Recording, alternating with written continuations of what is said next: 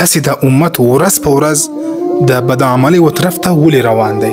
قرآن منو، په قرآن کې چې کوم احکامات دي دا منو، د قبر عذاب منو، آخرت منو، جنت منو، جهنم منو.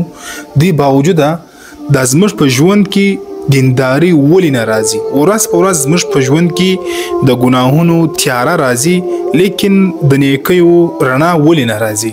یو څه شی خو خامخا سته، هغه دا دی موږ دا فکر کوو چې د آخرت عذاب د جهنم اور دا یوازې صرف د کفارو لپاره دی، حالانکه داسې نه ده. دا د جهنم عذاب د هغه اورونه د مسلمان لپاره هم دي. که چیرې مسلمان قرآن مني خو قرآن باندې عمل نه کوي، آخرت مني، جهنم مني، لیکن د هغه دپاره تیاری نه کوي، د قبر عذاب مني لیکن د قبر د عذاب څخه د خلاصون ولا اعمال نه کوي، د رسول الله صلی الله علیه وسلم سنت مني لیکن هغه په خپل ځان کې په خپل بدن کې نه جاری کوي.